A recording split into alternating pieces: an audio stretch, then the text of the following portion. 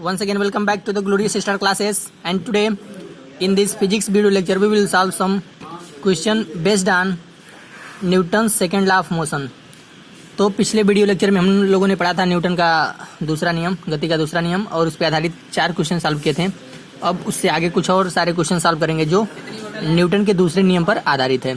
ठीक है, तो न्यूटन का जो दूसरा नियम है वो क्या है? F बराबर delta P by delta T equal to M into A है। ठीक है, F बराबर एम में या delta P by delta T वाला है। तो इस पर आधारित बहुत सारे क्वेश्चन होंगे, उसको हम लोग सॉल्व करेंगे। ठीक है, तो सबसे पहले क्वेश्चन देखते हैं। क्वेश्चन नंबर 5 दिया हुआ है, फाइंड एन यानी कि normal reaction between the blocks. 2 blocks हैं हमारे पास, M1 और M2 द्रव्यमान के, और उनके बीच नॉर्मल रिएक्शन यानी अभिलंब प्रतिक्रिया ज्ञात करना है। एंड ए फॉर एक्सेलरेशन, और उनके बीच उत्पन्न त्वरण भी ज्ञात करना है, उनमें कितना त्वरण उत्पन्न होगा। ठीक है, तो देखते हैं इसका सोल्यूशन। सबसे पहले क्या करेंगे, इस फोटो को बनाएंगे। तो यहाँ पे हमने ऐसा फिगर बना लिया है और यहाँ पे हम देख रहे हैं कि इस पे F बल लगा हुआ है। हमें पूछ रहा है कि ये आपस में कितना अभिलंब प्रतिक्रिया लगाएंगे, इनके बीच नॉर्मल रिएक्शन कितना होगा। तो सबसे पहले क्या होगा, जो M1 द्रव्यमान है उसका भार नीचे काम करेगा M1G के रूप में, और ऊपर एक अभिलंब प्रतिक्रिया लगेगी मान लीजिए N1। इसी प्रकार से M2 द्रव्यमान पे एक अभिलंब प्रतिक्रिया ऊपर की तरफ लगेगी N2, और नीचे M2 का भार कार्य करेगा M2G। इसके अलावा M1 पे एक बल लग रहा है F। इसके अलावा ये दोनों द्रव्यमान एक दूसरे से सटे हुए हैं, तो M2 इस पे एक अभिलंब प्रतिक्रिया N लगाएगा। ठीक है, और M1 भी M2 की तरफ एक अभिलंब प्रतिक्रिया N लगाएगा। यह जितना लगाएगा नॉर्मल रिएक्शन, ये भी उतना लगाएगा। जब एक सतह दूसरे सतह से चिपका हुआ होता है तो उसमें क्या लगता है, अभिलंब प्रतिक्रिया लगता है। ठीक है, तो M2 लगाएगा इधर N, और M1 भी इधर लगाएगा N। तो हमने N मान लिया है। इसके अलावा M1 पे एक बल लग रहा है F। ठीक है, जब इस पे बल लगाया जाएगा तो क्या होगा, यह गति करने का प्रयास करेगा। ठीक है, तो M1 गति करेगा, तो M2 को साथ लेके गति करेगा, क्योंकि दोनों एक दूसरे से सटे हुए हैं। तो इस बल के द्वारा ये दोनों द्रव्यमान आगे की तरफ क्या करने लगेंगे, गति करने लगेंगे। ठीक है, तो जब गति करेंगे तो इसमें बल लगाने से कुछ त्वरण उत्पन्न होगा। जितना त्वरण M1 में उत्पन्न होगा उतना ही त्वरण M2 द्रव्यमान में उत्पन्न होगा, क्योंकि दोनों बॉडी एक दूसरे से क्या है, एक दूसरे के साथ जुड़े हुए हैं। ठीक है, अब क्योंकि एक दूसरे के साथ एक ही साथ गति कर रहे हैं। ठीक है, अब क्या होगा, हमें पूछा है कि इनके बीच नॉर्मल रिएक्शन कितना है, कि मतलब M1 M2 पे कितना नॉर्मल रिएक्शन लगा रहा है, और M2 M1 पे कितना अभिलंब प्रतिक्रिया N लगा रहा है। इसके अलावा हमें ये भी पूछा है कि इनमें त्वरण कितना उत्पन्न होगा, यानी हमें 2 चीज़ पूछा है, त्वरण और नॉर्मल रिएक्शन N। ए वाला N पूछा है कि M2 इस पे कितना लगा रहा है, और हमने N मान लिया है और त्वरण को A मान लिया है। तो A और N हमें क्या करना है, ज्ञात करना है। सबसे पहले क्या करेंगे, M1 का फ्री बॉडी डायग्राम बनाएंगे, उसके बाद M2 का। तो सबसे पहले हम लोग बनाते हैं M1 का फ्री बॉडी डायग्राम। लिखेंगे free body diagram of M1 का। तो इस पॉइंट से हम मान लेंगे यहाँ पे M1 है, और इस पे कौन कौन से बल काम कर रहे हैं, नीचे इसका भार काम कर रहा है M1G, और ऊपर एक अभिलंब प्रतिक्रिया हमने माना है N1 काम कर रहा है। ठीक है,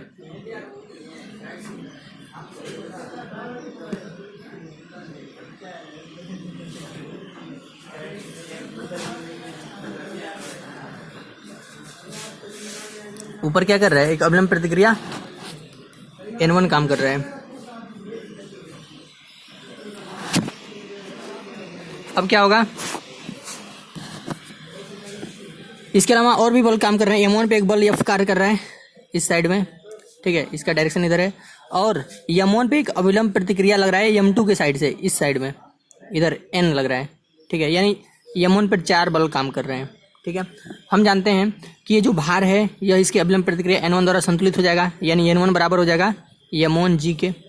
ठीक है, इसके अलावा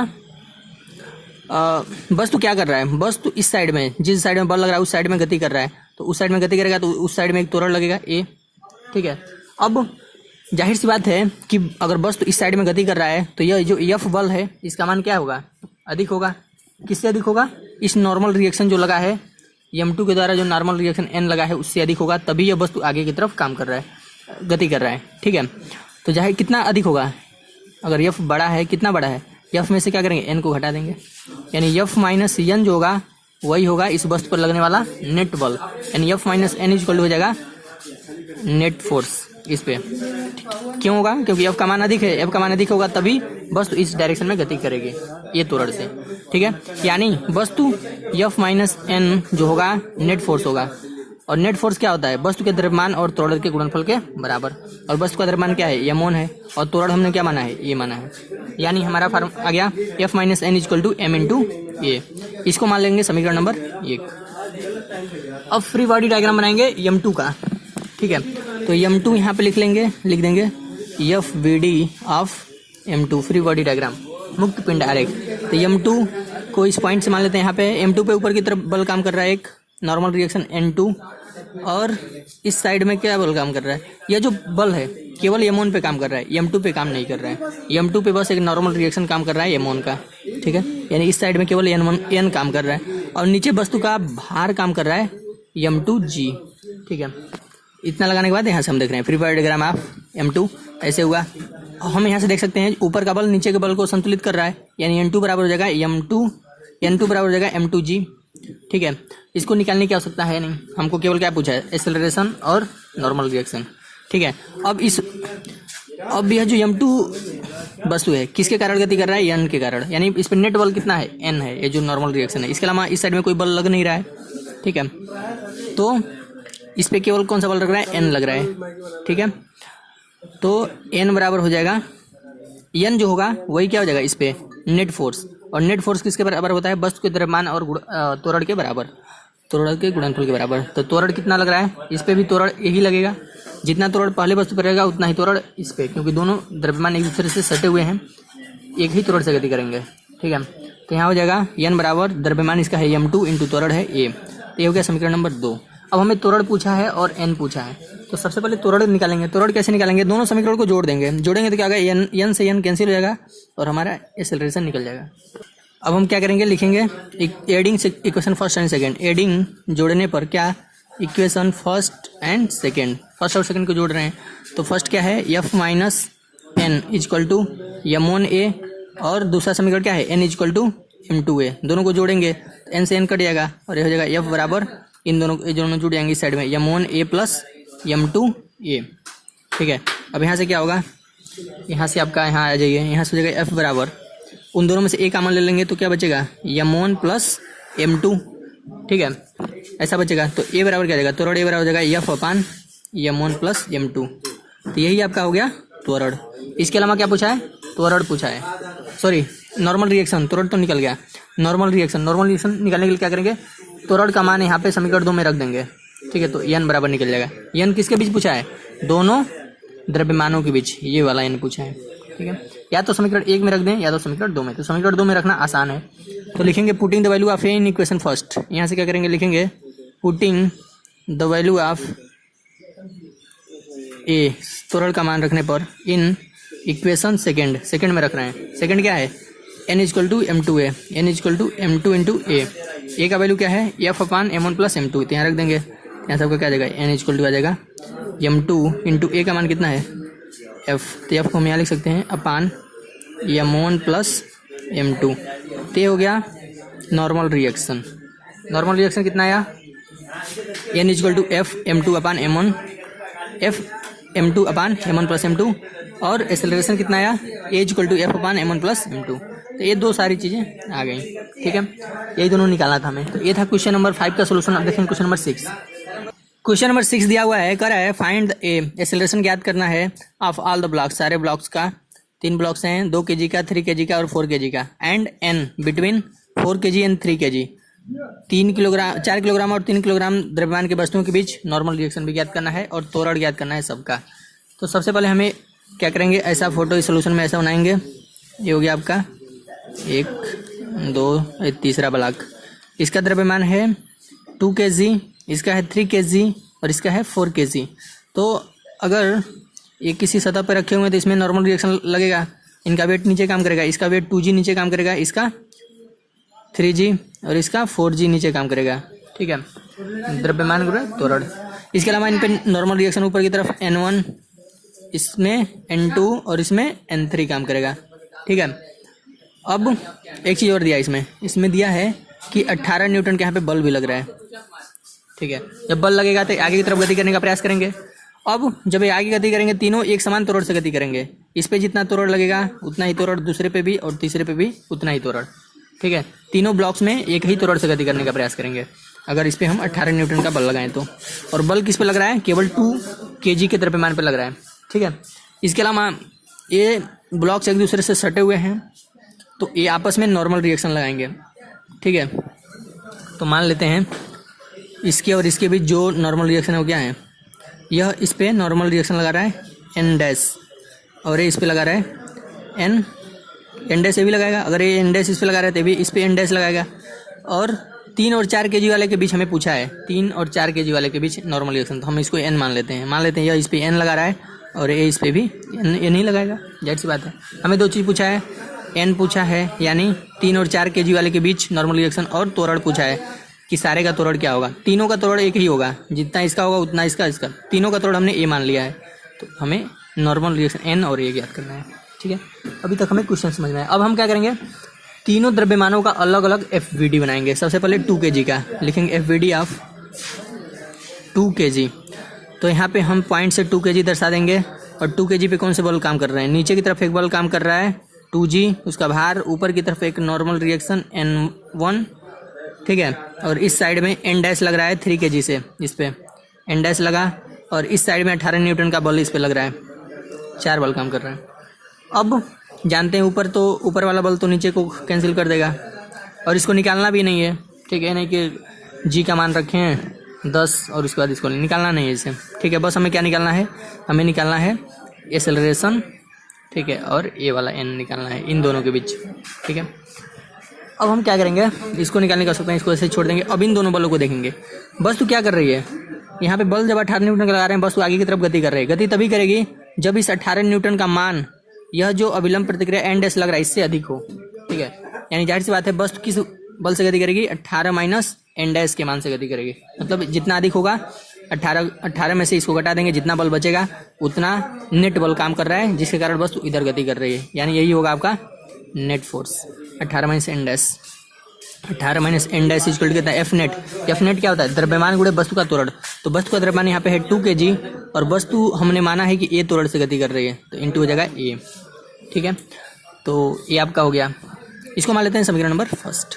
अब FVD बनाएंगे 3 kg के वस्तु के, FVD ऑफ 3 kg का वस्तु। तो इस पॉइंट से हम मान लेंगे यहाँ पे 3 kg है, और 3 kg पे हम देखेंगे कौन सा बल काम कर रहा है। तो 3 kg पे ध्यान से देखें तो नीचे की तरफ हमें काम कर रहा है 3G, इसका वेट। ऊपर की तरफ N2 काम कर रहा है यहाँ पे, तो हम बना दे रहे हैं यहाँ पे N2। और इस डायरेक्शन में इस पे लग रहा है 2 kg के द्वारा N डैश, ठीक है। इधर लग रहा है इस डायरेक्शन में N डैश, ठीक है। और कुछ लग रहा है इस पे, हाँ, एक बल और काम कर रहा है, 2 kg इस पे N डैश लगा रहा है, तथा 4 kg इस पे N लगा रहा है, 4 kg इस पे N लगा रहा है। तो ये हो जाएगा इस साइड में N, ठीक है। अब हम जानते हैं ऊपर वाले बल तो नीचे वाले बल को कैंसिल कर देंगे, बैलेंस कर लेंगे, तो इसको निकालने की आवश्यकता भी नहीं है, बस हमें इस बल को देखना है। अब वस्तु क्या कर रही है? इस डायरेक्शन में गति कर रही है, यानी N डैश का मान अधिक है, यानी N dash minus N। N dash का मान कितना अधिक है? N माइनस N डैश का मान अधिक है, तो इसमें से इसको घटा देंगे, और जितना बल बचेगा उसी बल से मूव कर रही है, यानी वही होगा इसका नेट फोर्स। और नेट फोर्स कितना होता है हमें पता है, कितना होता है? द्रव्यमान गुणे त्वरण। द्रव्यमान 3 है, त्वरण हमने इसमें भी A माना है, सब में त्वरण A ही होगा, क्योंकि एक ही त्वरण से सारी वस्तुएं गति करेंगे। इसको मानेंगे समीकरण नंबर 2। अब क्या करेंगे? FVD बनाएंगे 4 kg के द्रव्यमान का, FVD ऑफ 4 kg। तो इस पॉइंट से हमने मान लिया यहाँ पे 4 kg के द्रव्यमान का कोई वस्तु है, और 4 kg पे कौन कौन से बल काम कर रहे हैं? 4 kg पे ऊपर की तरफ N3 काम कर रहा है, नीचे की तरफ उसका वेट, और FVD पे एक अभिलंब प्रतिक्रिया लग रही है 3 kg के द्वारा N, ठीक है, जो कि हमें निकालना भी है। तो हमने देखा ऊपर की तरफ एक अभिलंब प्रतिक्रिया N3, नीचे की तरफ वेट काम करेगा 4G, और इस साइड में 3G के द्वारा लग रहा था इस पर एक N, और ये वस्तु आगे की तरफ A त्वरण से गति कर रही है, ठीक है। तो ये दोनों बल तो कैंसिल कर देंगे, लिखने की आवश्यकता नहीं है, लेकिन तब भी इस तरह लिख देते हैं। हमें बस इस पर ध्यान देना है, N से गति कर रही है, तो N जो होगा वही होगा इस समय इसका नेट फोर्स, ठीक है। अब F नेट क्या होता है? द्रव्यमान गुणे त्वरण। द्रव्यमान क्या है? 4, और त्वरण क्या है? त्वरण हमने माना है A, यानी 4A। ये हो गया समीकरण नंबर, ये होगा समीकरण नंबर 3। अब हम क्या करेंगे? तीनों समीकरण को जोड़ देंगे। क्यों जोड़ेंगे? क्योंकि हमें सारे टर्म कैंसिल हो जाएंगे। यहाँ पे N डैश है, यहाँ पे N है, कैंसिल हो जाएगा। फिर से यहाँ पे माइनस N है, यहाँ पे प्लस N है, कैंसिल हो जाएगा, और हमारा समीकरण त्वरण के रूप में आ जाएगा, और हमारा त्वरण निकल जाएगा। तो हम तीनों समीकरण को जोड़ लेंगे, लिखेंगे adding equation first, second and third. यहाँ पे लिखेंगे adding equation first, second and third, तीनों समीकरण को जोड़ रहे हैं। तो तीनों समीकरण क्या क्या थी? पहला समीकरण था आपका 18 minus N dash equal to 2a। दूसरा क्या था?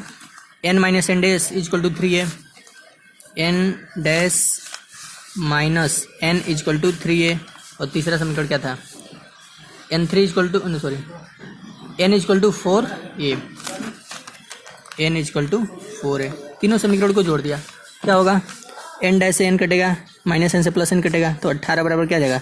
4 3 7 2 9a। ठीक है, तो यहाँ से आपका a बराबर क्या जाएगा? 18/9, यानी a बराबर क्या? 9 दूनी 18, 2 मीटर पर सेकेंड स्क्वायर आ गया त्वरण।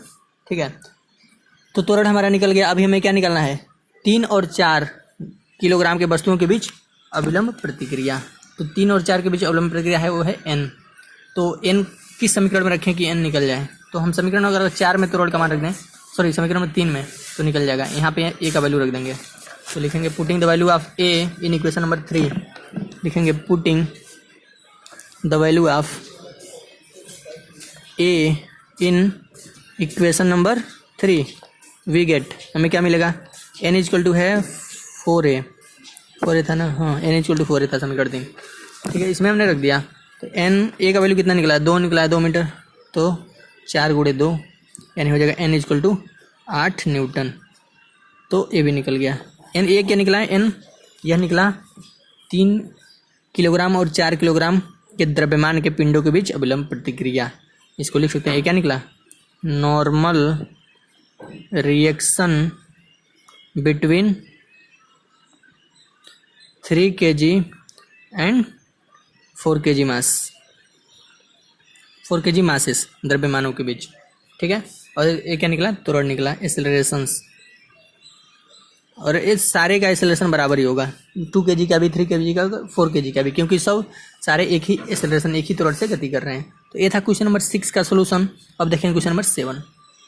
क्वेश्चन नंबर 7 में दिया हुआ है, करा है फाइंड ए, त्वरण ज्ञात करना है, ऑफ m1 एंड m2। द्रव्यमान है m1 और m2, इनका हमें त्वरण ज्ञात करना है। ठीक है, all the surfaces are smooth. यहाँ पे ये बहुत ही बड़ी चीज़ दिया है। सर्फेसेस क्या है? स्मूथ है, बहुत ही चिकना सतह है। अगर चिकना सतह होगा तो उसमें क्या होगा? घर्षण काम नहीं करेगा। अगर घर्षण काम नहीं करेगा तो अगर हम m1 पे हमने F बल लगाया हुआ है तो ये तो आगे बढ़ जाएगा, लेकिन यह इसके साथ घर्षण में नहीं है, इसके साथ चिपका हुआ नहीं है, तो क्या हो जाएगा? एक गिर सकता है। ठीक है, ये बस तो आगे निकल जाएगी और ये m2 गिर जाएगा, यानी m2 गति नहीं करेगा, m2 अपने स्थान पे गिर जाएगा। ठीक है, ये आगे की तरफ बढ़ जाएगी, उसके बाद ये ऊपर से m2 जो है गिर जाएगा, क्योंकि सतह कैसा है? स्मूथ है, बहुत ही चिकना है। ठीक है, यानी m2 पे कोई बल काम नहीं करेंगे। ठीक है, केवल m1 पे बल काम करेगा। ठीक है, तो अब क्या होगा? हमें क्या करना है कि त्वरण ज्ञात करना है। तो त्वरण यानी केवल क्या किस में होगा? m वाले द्रव्यमान में होगा, m1 वाले में होगा, m2 वाले में कोई त्वरण नहीं होगा। m2 वाले में त्वरण क्या होगा? m2 वाले में त्वरण होगा 0।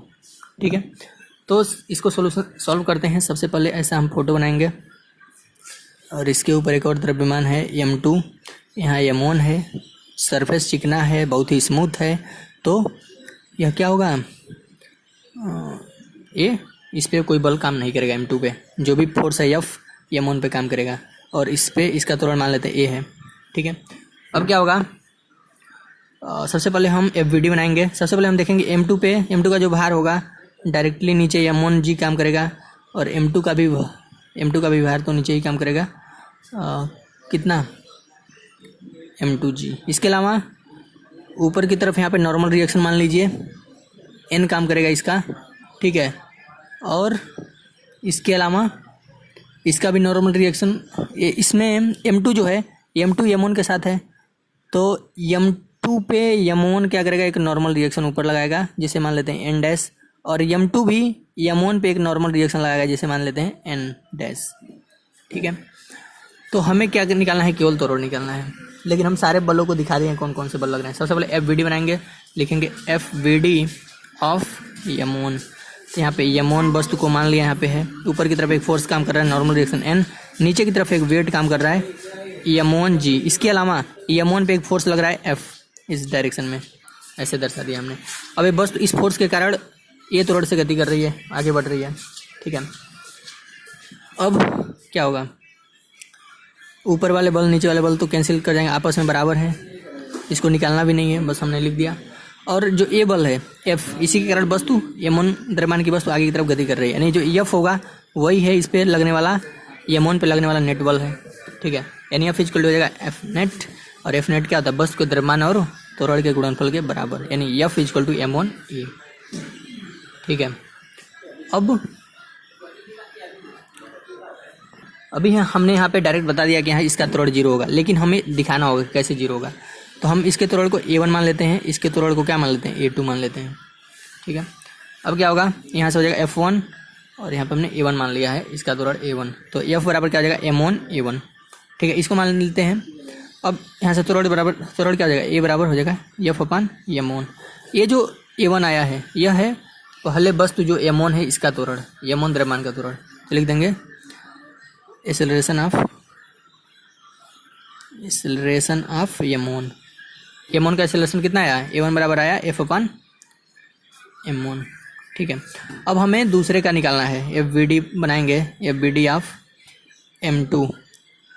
अब m2 हमारा यहाँ पे है, मान लीजिए m2 पे कौन कौन से बल काम कर रहे हैं। m2 पे अगर हम ध्यान से देखें तो ऊपर की तरफ एक नॉर्मल रिएक्शन लग रहा है m1 के द्वारा n डैश, और नीचे की तरफ उसका वेट काम कर रहा है, यानी नीचे की तरफ क्या काम कर रहा है, उसका वेट m2g, ऊपर की तरफ एक नॉर्मल रिएक्शन n काम कर रहा है। ठीक है, तो यहाँ पे जो फोर्स होगा, यहाँ पे कोई फोर्स काम कर रहा है, इस साइड में नहीं काम कर रहा है। अगर हम ध्यान से देखें ये जो फोर्स है केवल इस पे काम कर रहा है, इधर कोई भी फोर्स काम नहीं कर रहा है। ठीक है, यानी जाहिर सी बात है इधर कोई फोर्स काम नहीं कर रहा है, यानी इधर लगने वाले बल कितने हैं, 0 हैं। इधर कोई बल नहीं काम कर रहा है तो 0 है, यानी 0 किसके बराबर होगा, एफ नेट के बराबर होगा। और ये तो दोनों कैंसिल कर जाएंगे, n बराबर m2g लिख सकते हैं। इसकी कोई आवश्यकता है नहीं, क्वेश्चन में पूछा नहीं है, केवल हमें एक्सेलरेशन पूछा है, यानी इस पर कोई बल नहीं काम कर रहा है इस डायरेक्शन में। ठीक है, हॉरिजॉन्टल डायरेक्शन में कोई बल काम नहीं कर रहे हैं, यानी 0। तो एफ नेट कितना होता है, द्रव्यमान गुणे त्वरण, तो इसका त्वरण हमने a2 से माना है। ठीक है, तो 0 अपन क्या हो जाएगा, m2 बराबर a2, यानी a2 बराबर क्या गया, 0 मीटर पर सेकेंड स्क्वायर, यानी दूसरे द्रव्यमान m2 का त्वरण कितना होगा, 0 होगा। ठीक है, वैसे हमने डायरेक्ट यहाँ बता दिया था, लेकिन कैसे आएगा ये हम दिखाए हैं यहाँ पे। ठीक है, क्योंकि इस पर कोई बल काम नहीं कर रहे हैं तो त्वरण भी क्या आ जाएगा, 0 आ जाएगा। तो लिखेंगे acceleration of m2 equal to 0। Acceleration of m2 का एक्सेलरेशन a2 बराबर क्या है, 0 मीटर पर सेकेंड स्क्वायर। तो ये था क्वेश्चन नंबर 7। अब देखें क्वेश्चन नंबर 8। ठीक है, क्वेश्चन नंबर 8 कह रहा है, यहाँ पे कह रहा है all the surfaces are smooth. Surface smooth है, एकदम पिछले क्वेश्चन की तरह है। ठीक है, यानी सरफेस स्मूथ होगा तो अगर हम इस पे बल लगाएंगे तो इस पे बल काम नहीं करेगा, ये इसके साथ गति नहीं करेगा। 2 kg का जो द्रव्यमान है, ठीक है, इसके 5 kg के साथ गति नहीं करेगा। ठीक है, कह रहा है find the time in which 2 kg falls. कह रहा है अगर हम इस पे बल 10 न्यूटन का लगा रहे हैं 5 kg के द्रव्यमान पे और ये आगे बढ़ेगा तो कितने समय बाद यह 2 kg का द्रव्यमान नीचे गिर जाएगा। तो जब तक इसके सतह पे है तब तक तो रहेगा, उसके बाद नीचे गिर जाएगा। मतलब अगर यह पिंड गति करते करते यहाँ पे आ जाए, ठीक है, तो ये पिंड क्या हो जाएगा, नीचे गिर जाएगा। और यहाँ पे दिया हुआ है ये पिंड की जो लंबाई है 5 किलोग्राम द्रव्यमान के पिंड की 4 मीटर है। मतलब ये 4 मीटर की अगर दूरी तय कर ले तो उसके बाद ये क्या हो जाएगा, नीचे गिर जाएगा। तो कितने समय में गिरेगा, मतलब यह कितने समय में दूरी तय करेगा, जितने समय में तय कर देगा उतने समय के बाद ये गिर जाएगा। तो वही हमें समय निकालना है, टी निकालना है बेसिकली इस पूरे क्वेश्चन में। ठीक है, तो इसके लिए सबसे पहले हम देखेंगे कि इस पर कितने सारे बल काम कर रहे हैं, सारे फोर्स को एडजस्ट करेंगे। तो हमें कुछ नहीं करना है, सबसे पहले बस क्या करना है, 5 kg का जो द्रव्यमान है इसी का FVD बस इसमें बनाना है, उतने से ही निकल जाएगा। तो सबसे पहले हम क्या करेंगे, ऐसा एक फ़ोटो बना लेंगे सोल्यूशन में अपने। ऊपर यहाँ पे आपका है 2 kg का द्रव्यमान का वस्तु, नीचे है 5 kg और ये कैसा सरफेस है, तो नीचे इसका वेट काम करेगा 5g। ठीक है, और इधर से एक 10 न्यूटन का बल लग रहा है, ऊपर की तरफ एक नॉर्मल रिएक्शन n काम करेगा। ठीक है, हमें 2 kg का बनाने की आवश्यकता नहीं है और हमें पता है कि यहाँ से यहाँ तक की दूरी कितनी है, 4 मीटर है, ये दूरी है 4 मीटर, तो हमने ऐसा लिख दिया। ठीक है, अब क्या करेंगे, अब फोर्सेस को बैलेंस करेंगे। हम जानते हैं ऊपर का बल किसके बराबर हो जाएगा, नीचे का बल, नीचे क्या लग रहा है, n बराबर हो जाएगा इसके वेट 5g के, इसकी कोई आवश्यकता नहीं है। ठीक है, तो इसको हम ज्यों कहते हैं लिख देंगे। ठीक है, बस हमें इस वाले फोर्स से मतलब है। सबसे पहले FVD बना लेते हैं, लिखेंगे FVD ऑफ 5 kg। तो यहाँ पे पॉइंट से हम दर्शा देंगे, पॉइंट मास 5 kg, नीचे की तरफ वेट काम कर रहा है 5g, ऊपर की तरफ एक बल काम कर रहा है जिसका अभिलंब प्रतिक्रिया n, और इस डायरेक्शन में हॉरिजॉन्टल डायरेक्शन में राइट साइड में एक बल काम कर रहा है 10 न्यूटन का। इसी बल के कारण ये वस्तु क्या करेगी, गति करेगी। ठीक है, तो ये बल तो इसको कैंसिल कर देगा, यानी n = 5g कैंसिल करके इसको संतुलित करेगा। लेकिन अब क्या करेंगे, इसका FVD हमने बना लिया। ठीक है, इस बल के कारण जो 10 न्यूटन, इसी कारण वस्तु गति कर रहा है, यानी जो 10 न्यूटन है यही है नेट बल, यानी F नेट। तो यहाँ से 10 बराबर का F नेट क्या होता है, द्रव्यमान गुणित त्वरण। द्रव्यमान क्या है, 5 है, और हमने मान लिया इसमें जो त्वरण उत्पन्न हुआ वो क्या है, A है, तो त्वरण हमने A मान लिया। ठीक है, A त्वरण से गति कर रहा है, तो यहाँ जगह 10 = 5 × A, तो A = क्या है 10 × 20, यानी 2 मीटर/सेकंड स्क्वायर। अब हमें त्वरण निकल गया। और एक चीज़ और है, अभी तो ये वस्तु विरामावस्था में, बल लगाने के बाद ये क्या हुई थी, गति अवस्था शुरुआत है, यानी इसका प्रारंभिक वेग क्या था, 0 था। तो हम अगर गति का समय और कितनी दूरी तय करनी है, अगर 4 मीटर की दूरी तय कर ले तो ये वस्तु क्या हो जाएगा, 2 kg का नीचे गिर जाएगा। यानी इसका जो प्रारंभिक वेग था वो था u = 0 मीटर/सेकेंड, और इसे दूरी तय करनी है s = 4 मीटर। ठीक है, और हमें त्वरण भी पता है, 4 मीटर अगर दूरी तय कर लेगी तो ये वस्तु क्या हो जाएगा, गिर जाएगा। कितने समय में तय करेगी, इसके लिए हम लोग लगाएंगे गति का दूसरा समीकरण। अब गति का दूसरा समीकरण हमें पता है, s = क्या होता है, ut + ½ at²। ठीक है, यस क्या है, 4 मीटर दूरी तय करना है, प्रारंभिक वेग 0 है, समय पता नहीं है, हाफ एक्सेलरेशन हमने निकाला है 2, और t² हमें समय निकालना है। तो यहाँ जगह 4 हो जाएगा 0, 2 से 2 कट गया, यानी t² बराबर हो गया 4। तो t बराबर क्या हो जाएगा, t बराबर हो जाएगा करड़ी में 4, यानी t बराबर हो जाएगा ±2। लेकिन जो समय होता है हमेशा प्लस में लेते हैं, तो t बराबर हो जाएगा 2 सेकेंड। समय आएगा 2 सेकेंड, यानी 2 सेकेंड के बाद वो वस्तु क्या हो जाएगी, गिर जाएगी। तो हमने इसमें बेसिकली क्या किया है, सबसे पहले इसका फ्री बॉडी डायग्राम, इसमें सारे फोर्स दिखाए हैं, फ्री बॉडी डायग्राम बनाया। F नेट जो होगा इसी बल के कारण गति कर रहा है 10 न्यूटन के, यहाँ 10 = 5 है, यहाँ से एक्सेलरेशन निकलेगा 2 मीटर/सेकंड स्क्वायर। हम देख रहे हैं वस्तु कहाँ से चलना प्रारंभ की थी, u = 0 से, प्रारंभिक वेग 0 था, बल लगाने से पहले इसका वेग क्या था, 0 था, यानी प्रारंभिक वेग 0। और हमें कितना दूरी के बाद ये वस्तु गिर जाएगा, 4 मीटर अगर ये मूव कर ले, यहाँ से यहाँ तक 4 मीटर की दूरी तय कर ले, उसके बाद से ये 2 kg का गिर जाएगा। यानी यस हमें कितना चलना है, 4 मीटर चलना है। तो हम क्या करेंगे, गति का दूसरा समीकरण लगाएंगे। ठीक है, तो यस बराबर ut + ½ at² होता है, तो 4 यहाँ पे वैल्यू रखेंगे तो आ जाएगा, यानी t बराबर क्या आ जाएगा, 2 सेकंड। तो लिखेंगे अतः वस्तु कितने सेकंड बाद गिर जाएगी, 2 सेकंड। पूछा था क्वेश्चन में कि find out the time in which 2 kg falls off 5 kg। 2 kg का द्रव्यमान गिर जाएगा, कहाँ से, 5 kg के द्रव्यमान के ऊपर से, मतलब इसके ऊपर जो 2 kg का रखा है कितने समय बाद गिर जाएगा, तो 2 सेकंड बाद, हमने ऐसा निकाला। ठीक है, तो 2 सेकंड बाद वो वस्तु गिर जाएगी। तो ये था इसका आंसर। ऐसे सॉल्व करेंगे इसे। अब देखेंगे क्वेश्चन नंबर 9। क्वेश्चन नंबर 9 का है find the T in string. एक स्ट्रिंग से 2 द्रव्यमान बंधे हुए हैं, इसमें हमें तनाव, टेंशन ज्ञात करना है। And find A of m1 and m2, और m1 और m2 का a यानी एक्सेलरेशन ज्ञात करना है, त्वरण ज्ञात करना है। तो सबसे पहले सॉल्यूशन में एक ऐसा फोटो बनाएंगे, यहाँ पे एक द्रव्यमान, यहाँ पे m1 है, यहाँ पे दूसरा m2 है, और m2 और m1 आपस में एक स्ट्रिंग के द्वारा बंधे हुए हैं। जब बंधे होंगे तो इसमें एक तनाव काम करेगा।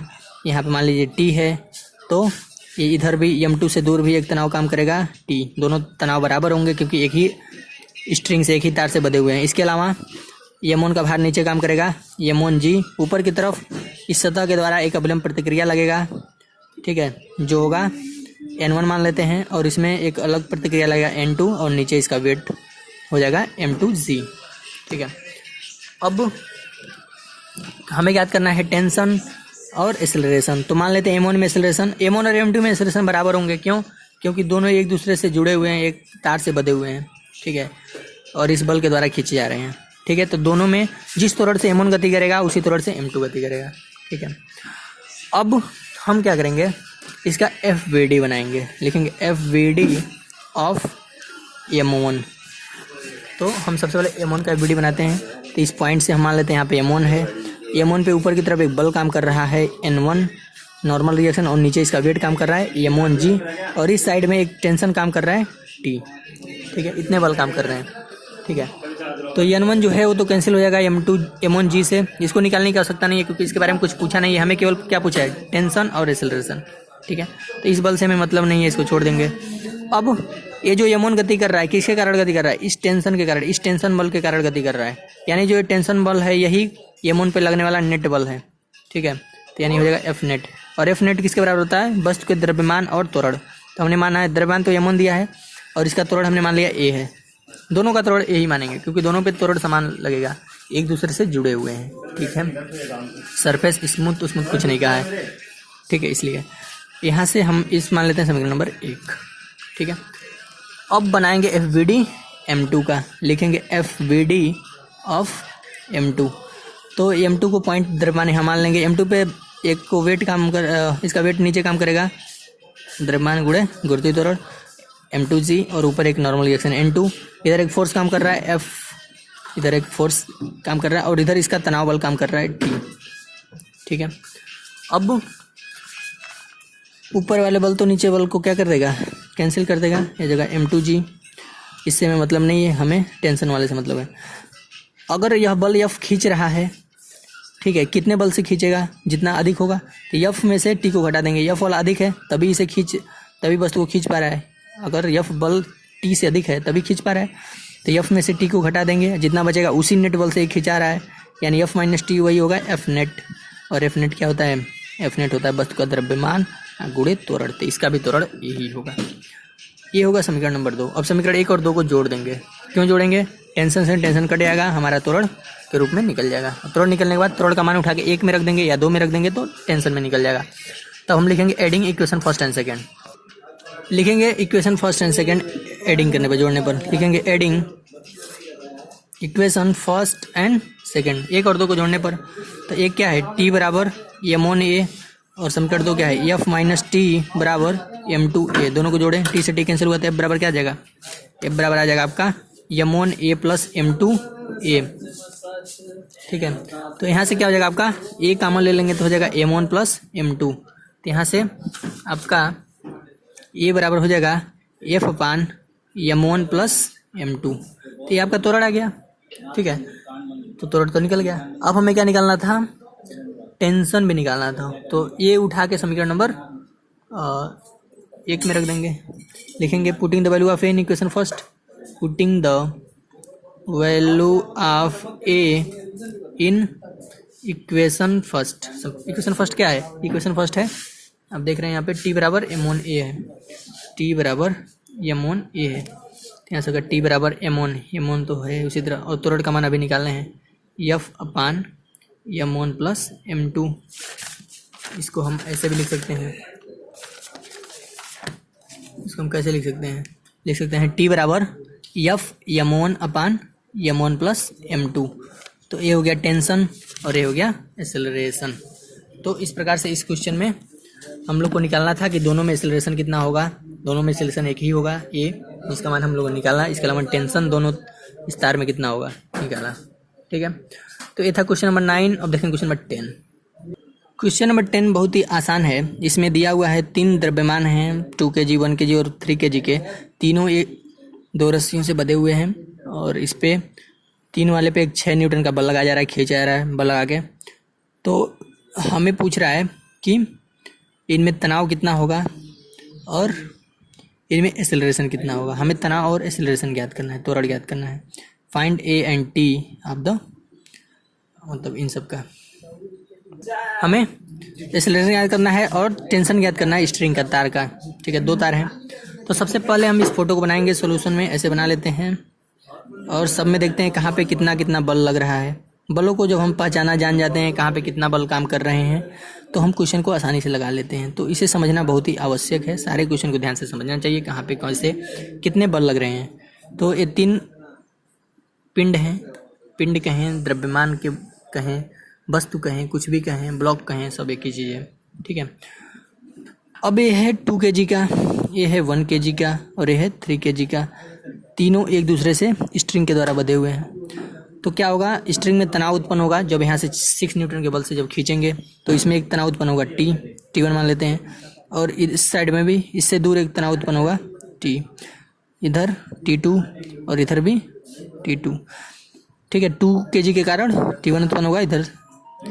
दोनों तनाव बराबर होंगे क्योंकि एक ही स्ट्रिंग से बंधे हुए हैं। इनमें भी दोनों तनाव इस साइड के बराबर होंगे क्योंकि दोनों एक ही स्ट्रिंग से, एक ही तार से बंधे हुए हैं। इसके अलावा वस्तु का वेट नीचे काम करेगा, यहाँ पे 2G नॉर्मल रिएक्शन मान लीजिए N1 काम करेगा, यहाँ भी वेट काम करेगा नीचे 1G, और ऊपर नॉर्मल रिएक्शन काम करेगा N2 मान लीजिए।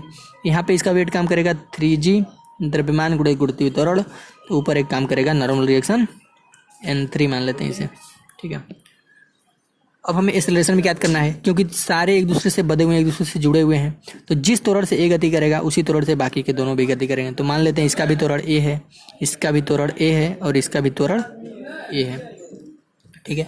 अब क्या करेंगे, तीनों का बारी बारी से एफवीडी बनाएंगे, उसके बाद से इसको सॉल्व करेंगे। तो एफवीडी बनाना बहुत आसान है जब सारे बल हमें पता है। तो लिखेंगे एफवीडी ऑफ 2 kg, 2 kg का एफवीडी इस पॉइंट से मान लेते हैं यहाँ पे 2 kg है और इसका वेट नीचे काम कर रहा है एक बल के रूप में 2g, ऊपर एक अभिलंब प्रतिक्रिया काम कर रहा है n1 और इस साइड में एक तनाव बल काम कर रहा है t1, ठीक है।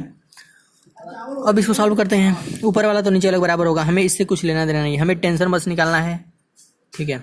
सारे टेंशन ज्ञात करना है और एक्सेलरेशन ज्ञात करना है, मतलब हॉरिजॉन्टल बलों को देखना है, वर्टिकल बलों को नहीं देखना है। तब भी हम लिख देंगे यहाँ पे n1 = 2g और इस साइड में केवल एक ही बल काम कर रहा है t1 और इसी t1 के कारण ए 2 kg का जो वस्तु है वो गति करेगा, यानी t1 जो होगा वही होगा F नेट इसी बल के कारण। तो t1 बराबर किसके बराबर हो जाएगा, तो यहाँ से क्या हो जाएगा F नेट किसके बराबर होता है, वस्तु के द्रव्यमान और त्वरण। तो हमने माना ये वस्तु ये त्वरण से गति कर रही है, ठीक है। तो द्रव्यमान इसका है 2 और त्वरण हो गया ये हो गया समीकरण नंबर 1 मान लेते हैं। अब एफवीडी बनाएंगे दूसरे वस्तु का, लिखेंगे एफवीडी ऑफ 1 kg। तो ये हो गया, इस पॉइंट पे मान लेते हैं 1 kg का द्रव्यमान है, इसका वेट नीचे काम करेगा 1g, ऊपर की तरफ एक नॉर्मल रिएक्शन हमने माना है N2 O2 में हम देख रहे हैं और इस साइड में एक तनाव काम कर रहा है T2, ठीक है। इसके अलावा इस पे लेफ्ट डायरेक्शन में भी एक तनाव काम कर रहा है T1, इधर T1 इधर T2, तो इधर हम लिख देंगे T1, ठीक है। तो ऊपर वाले बल तो नीचे वाले बल आपस में बराबर हो जाएंगे, कैंसिल कर जाएंगे, बैलेंस कर जाएंगे, ठीक है। लेकिन यह वस्तु आगे गति कर रहा है, यानी जाहिर सी बात है T2 का मान T1 से अधिक है, तो T2 में से T1 को घटा देंगे, जितना बल है उसी बल के कारण गति कर रहा है, यानी वही है उसका नेट बल, नेट फोर्स, ठीक है। तो यानी T2 - T1 बराबर F नेट क्या होता है, द्रव्यमान गुणा, तो द्रव्यमान क्या है 1 और त्वरण कितना माने हैं, त्वरण तीनों बराबर होगा, इसमें भी त्वरण ए है, तो 1a, ये होगा समीकरण नंबर 2। अब एफवीडी बनाएंगे तीसरी वस्तु जो 3 kg के उसका, लिखेंगे एफवीडी ऑफ 3 kg। तो इस पॉइंट पे मान लेते हैं यहाँ पे 3 kg है, इसका वेट नीचे काम कर रहा है 3g, ऊपर एक नॉर्मल रिएक्शन N3 और इस साइड में एक फोर्स काम कर रहा है। अगर हम 3 kg पे देखें तो इधर एक फोर्स काम कर रहा है 6 न्यूटन का और इधर टेंशन काम कर रहा है T2, ठीक है। यानी इधर काम कर रहा है 6 न्यूटन और इधर काम कर रहा है टेंशन फोर्स T2, ठीक है। तो हम ऊपर वाले बल तो नीचे के बराबर हो जाएगा, यानी N3 बराबर हो जाएगा 3g के, ठीक है। तथा ये जो लेफ्ट साइड का जो बल है, जाहिर सी बात है 6 न्यूटन बड़ा होगा तभी ये गति कर रहा है इस डायरेक्शन में 6 न्यूटन की तरफ। तो 6 न्यूटन में से T2 घटा देंगे, वही जो बचेगा वही होगा F नेट। तो 6 - T2, F नेट क्या होता है, द्रव्यमान गुणे त्वरण, यानी द्रव्यमान 3 है और ए भी जो वस्तु है ये भी यही त्वरण से गति करेगी, ए त्वरण से, तो जगह 6 - T2 = 3 है, ये होगा समीकरण नंबर 3। अब हमें त्वरण निकालना है, टेंशन भी निकालना है, ठीक है। तो हम क्या करेंगे, तीनों समीकरण को जोड़ देंगे, तीनों समीकरण को जोड़ने से टेंशन आपस में कट जाएंगे। कैसे कटेंगे अभी जोड़ के देखेंगे, T1 से कट जाएगा, T2 इस वाले T2 से कट जाएगा। तो तीनों समीकरण को जोड़ते हैं, लिखेंगे adding equation first second and third, लिखेंगे adding equation first second and third, adding equation first second and third, तीनों समीकरण जोड़ेंगे। तो समीकरण फर्स्ट क्या था आपका, समीकरण फर्स्ट था T बराबर 2a, यहाँ लिख देंगे T1 बराबर था, T1 बराबर 2a था। और सेकंड क्या था, T2 - T1 बराबर 1a, T2 - T1 बराबर 1a। और समीकरण 3 क्या था, 6 - T2 बराबर 3a, 6 - T2 बराबर 3a। तीनों को जोड़ेंगे तो T2 से T2 कटा, T1 से T1 कटा, 6 बराबर आ जाएगा 3 2 5 6 6a। तीनों को जोड़ने के बाद क्या आ जाएगा, 6 बराबर 6a, तो a बराबर हो जाएगा 6/6, यानी a बराबर हो जाएगा 1 मीटर पर सेकेंड स्क्वायर। अब हमें तनाव भी ज्ञात करना है, T1 और T2 का मान भी ज्ञात करना है। तो हम क्या करेंगे, समीकरण 1 में रख देंगे a का मान और समीकरण 3 में रख देंगे। तो हम रख देंगे a का मान, पुटिंग, हमें त्वरण निकल गया 1 मीटर पर सेकेंड स्क्वायर। अब हमें टेंशन भी ज्ञात करना है, तो लिखेंगे putting the value of a in equation first क्या है, T1 बराबर है 2a, तो 2 इंटू त्वरण का मान 1 है, तो यहाँ से T1 बराबर क्या आ जाएगा 2 न्यूटन, ठीक है। 2 न्यूटन आ गया, पूरा लिख सकते हैं, ठीक है। अब हमें T2 याद करना है, T2 किस में है, समीकरण 3 में है, तो समीकरण 3 में रख देंगे, लिखेंगे पुटिंग द वैल्यू ऑफ, ये पहला तनाव निकला पहले तार में 2 न्यूटन का। अब फिर से लिखेंगे putting the value of a is equal to 1 metre per second square in equation 3। अब समीकरण 3 में इसका वैल्यू रख रहे हैं। तो समीकरण 3 क्या है? समीकरण 3 है 6 माइनस T2 बराबर 3A है। यहाँ से 6 माइनस T2 और 3A का मान कितना है? 3 इंटू 1। तो यहाँ से माइनस T2 बराबर हो जाएगा 3 माइनस 6 यानी -3 से माइनस कटेगा यानी T2 बराबर हो जाएगा 3 न्यूटन। तो दोनों तारों में तनाव निकल गए T1 T2। ठीक है, कितना त्वरण निकला? 1 मीटर पर सेकंड स्क्वायर। पहले तार में तनाव निकला T1 बराबर 2 न्यूटन और दूसरे तार में तनाव निकला T2 बराबर 3 न्यूटन। ठीक है, तो ये था क्वेश्चन नंबर 10 का सोल्यूशन। अब देखें क्वेश्चन नंबर 11। क्वेश्चन नंबर 11 दिया हुआ है फाइंड द टेंशन एंड ए। हमें तनाव ज्ञात करना है। इस तार में कुछ तनाव होगा उसको, और जब इस पे हम 30 न्यूटन का बल लगा रहे हैं, दो द्रव्यमान हैं 8 kg और 7 kg के, तार से जुड़े हुए हैं। 60 न्यूटन का बल 60 डिग्री पर लगाया जा रहा है। ठीक है, क्षैतिज अक्ष से। तो हमें पूछ रहा है कि यह किस त्वरण से गति कर रहे हैं। तो दोनों एक ही समान त्वरण से गति करेंगे और इनमें कुछ टेंशन उत्पन्न होगा, उसको भी ज्ञात करना है।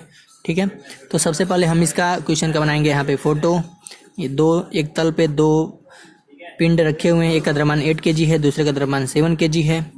ठीक है, और हॉरिजेंटल से 60 डिग्री के कोण पे एक बल लगाया जा रहा है जो है 30 न्यूटन का। ठीक है, सबसे पहले क्या करेंगे, यहाँ पे ये दोनों तार से जुड़े हुए हैं, तो जब इसको खींचेंगे तो यहाँ पे एक तनाव लगेगा T और ये भी इधर की साइड में एक तनाव महसूस करेगा T। ठीक है, अब ये जो 30 न्यूटन का बल है जब इंक्लाइंड पे होता है तो इसे दो कंपोनेंट में तोड़ लेते हैं। एक जो थीटा से सटा हुआ होता है वो होता है 30 कॉस 60 डिग्री और इधर हो जाएगा 30 sine 60 degree. Vertical 30 sine 60 degree और हॉरिजेंटल 30 कॉस 60 डिग्री। ठीक है, तो ठीक है, इस बल को हमने दो भागों में तोड़ लिया। इसके अलावा इसका वेट नीचे काम करेगा 8G, ऊपर की तरफ एक फोर्स काम करेगा नॉर्मल, मान लीजिए N1।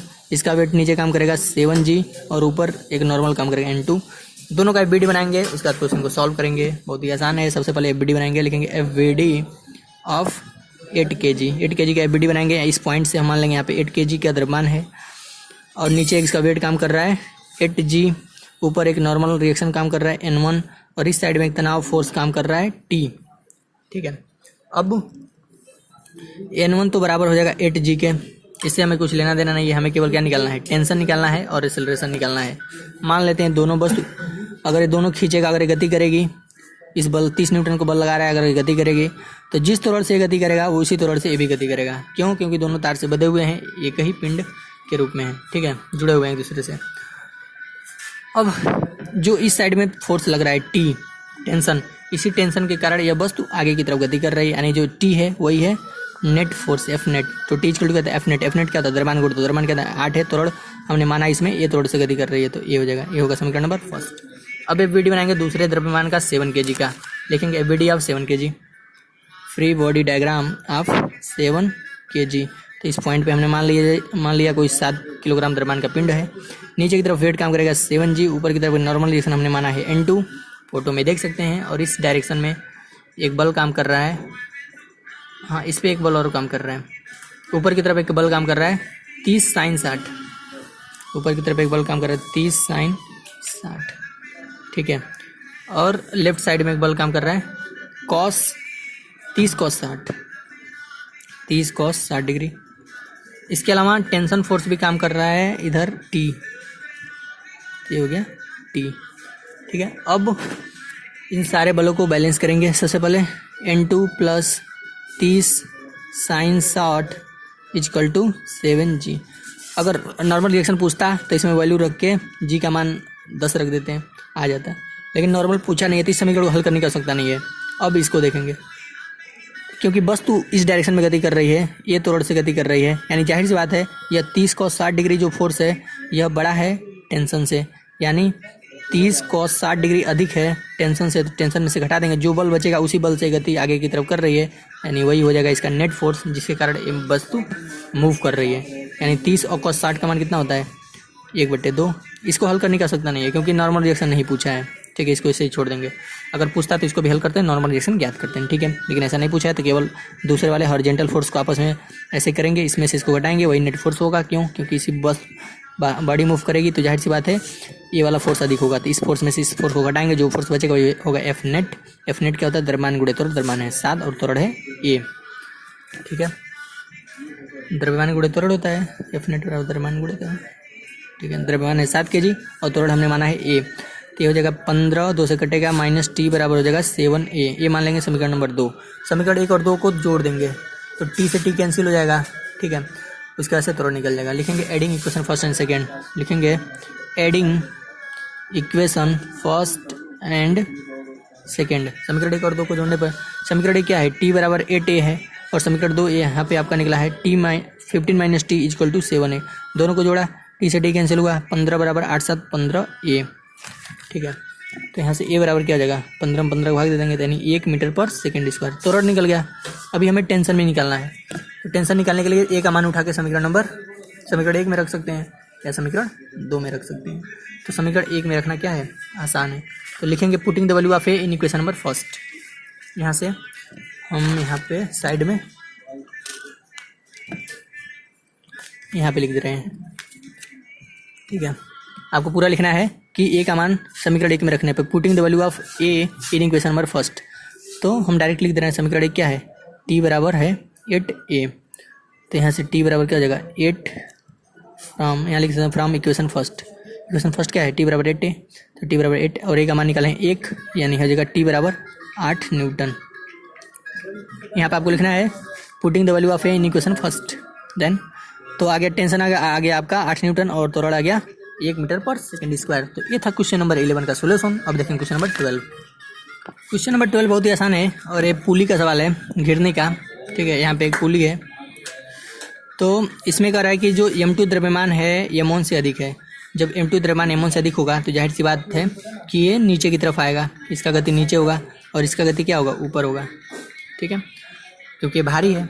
ठीक है, तो कह रहा है find the acceleration A and tension T. हमें एक्सेलरेशन ज्ञात करना है, जिस त्वरण से ऊपर जाएगा उसी त्वरण से ए नीचे आएगा। ठीक है, और टेंशन दोनों में एक ही होगा क्योंकि एक ही रस्सी है, घिरनी पे लगी हुई है। घिरनी है फ्रिक्शनलेस एंड मॉसलेस, जैसा हमने इंट्रोडक्शन के वीडियो लेक्चर में बताया था। ठीक है, पिछले वीडियो लेक्चर में बताया था ऐसा कुछ। ठीक है, तो सबसे पहले ऐसा हम फोटो बनाएंगे और सारे फोर्स को दिखाएंगे। यहाँ पे हमने बना दिया घिरनी, इधर एक छोटा सा द्रव्यमान है m1 और इस साइड में एक छोटा सा द्रव्यमान है, बड़ा सा द्रव्यमान है m2 क्योंकि भारी है। ठीक है, और इसमें एक तनाव होगा T, जो तनाव यहाँ पे होगा वही तनाव यहाँ पे ही लगेगा। और एक घिरनी किसी दृढ़ सतह से बांधी गई है, ये पुली है, घिरनी है। तो जिस अब ये वस्तु भारी है तो ये ऊपर जाएगा और ये नीचे आएगा, तो जिस त्वरण से ऊपर जाएगा उसी त्वरण से ये नीचे की तरफ आएगा। ठीक है, क्योंकि m2 क्या है हमारा, बड़ा है m1 से, तभी ये नीचे आ रहा है और ऊपर जा रहा है। ठीक है, तो हमें क्या क्या ज्ञात करना है, त्वरण ज्ञात करना है और टेंशन ज्ञात करना है। सबसे पहले देखें कौन कौन से वेट काम कर रहे हैं। इसका वेट नीचे काम करेगा m1g। नॉर्मल रिएक्शन तो इसमें काम करेगा नहीं क्योंकि ये किसी सतह पे नहीं है।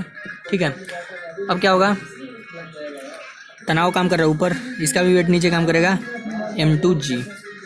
ठीक है, अब इसका बनाएंगे फ्री बॉडी डायग्राम।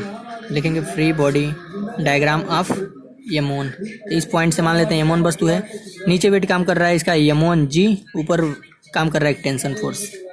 ठीक है, अब एक चीज़ और है, क्योंकि वस्तु कहाँ जा रही है, इस कंडीशन में वस्तु ऊपर जा रही है ये त्वरण से, तो जाहिर सी बात है ऐसे कंडीशन में टेंशन का मान अधिक है, इस ऊपर वाले बल का मान अधिक है, तभी इसको खींच पा रहा है। ठीक है, कितना अधिक है, टी में से हम क्या करेंगे, m1g को घटा देंगे। जितना बचेगा, टी में से m1g को घटाने के बाद जितना बचेगा उसी बल से वस्तु क्या कर रही है, ऊपर की तरफ गति कर रही है। ठीक है, गिरने की साइड में गति कर रही है, यानी यह जो एक्स्ट्रा बल होगा वही होगा एफ नेट, घटाने के बाद टेंशन में से इस फोर्स को घटाने के बाद। यहाँ से होगा T minus m1g equal to F net. F net क्या होता है, द्रव्यमान गुणे त्वरण। द्रव्यमान कितना है, m1 है, और त्वरण किस त्वरण से गति कर रही है, हमने माना ये त्वरण से, तो ये लिख दिया। ये मान लेंगे समीकरण नंबर 1। ठीक है, अब ए बी बनाएंगे m2 का, लिखेंगे bd ऑफ m2। तो यहाँ पे इस पॉइंट से मान लेंगे m2 है, नीचे की तरफ इसका वेट काम कर रहा है m2g, ऊपर की तरफ एक टेंशन फोर्स काम कर रहा है T। इस कंडीशन में क्या हो रहा है, वस्तु ऊपर नहीं जा रही है, m2 जो वस्तु है वो नीचे आ रही है, यानी ये त्वरण से नीचे आ रही है। ठीक है, यानी जाहिर सी बात है नीचे वाला बल इस कंडीशन में अधिक है, यानी m2g अधिक है, टेंशन क्या है, कम है। ठीक है, तभी नीचे आएगा जब ये फोर्स अधिक होगा, भार इसका अधिक होगा तभी। क्योंकि इस कंडीशन में आप देख रहे हैं नीचे आ रहा है, इस कंडीशन में ऊपर जा रहा है, ऊपर जाएगा तो टी अधिक है, नीचे आ रहा है तो यानी ये वाला अधिक है। तो इस कंडीशन में क्या है, M2G अधिक है, तो M2G में से टी सब्सट्रैक्ट करेंगे, वही किसके बराबर होगा, नेट बल इस पे जो काम कर रहा है, यानी M2G माइनस टी बराबर एफ नेट। एफ नेट क्या होता है, द्रव्यमान और त्वरण E। ये होगा समीकरण नंबर 2। अब समीकरण 1 और 2 को जोड़ेंगे, लिखेंगे adding equation first and second. जोड़ने से क्या होगा, हमारा टी से टी कैंसिल हो जाएगा, यहाँ पे समीकरण फर्स्ट और सेकंड ये दोनों है, और हमको क्या मिल जाएगा, हमको मिल जाएगा एक्सेलरेशन। तो समीकरण 1 हम देख रहे हैं टी माइनस M1G बराबर M1A है यहाँ पे, और समीकरण 2 क्या है, M2G minus T is equal to M2A। दोनों को जोड़ दिए, टी से टी कैंसिल हुआ, और यहाँ पे क्या बचा, यहाँ पे बच गया M2G माइनस M1A बराबर, ये दोनों जुड़ेंगे M1A प्लस M2A। तो यहाँ से हम यहाँ पे G है, इन दोनों में से G का मान लेंगे तो क्या बचेगा, M2 माइनस M1 बराबर, यहाँ से A का मान लेंगे तो क्या बचेगा, M1 प्लस M2। तो ये बराबर क्या हो जाएगा, E को इधर ला दिए तो हो जाएगा M2 माइनस M1, G को हम इधर लिख सकते हैं अपन M1 प्लस M2। ठीक है, तो A बराबर हमारा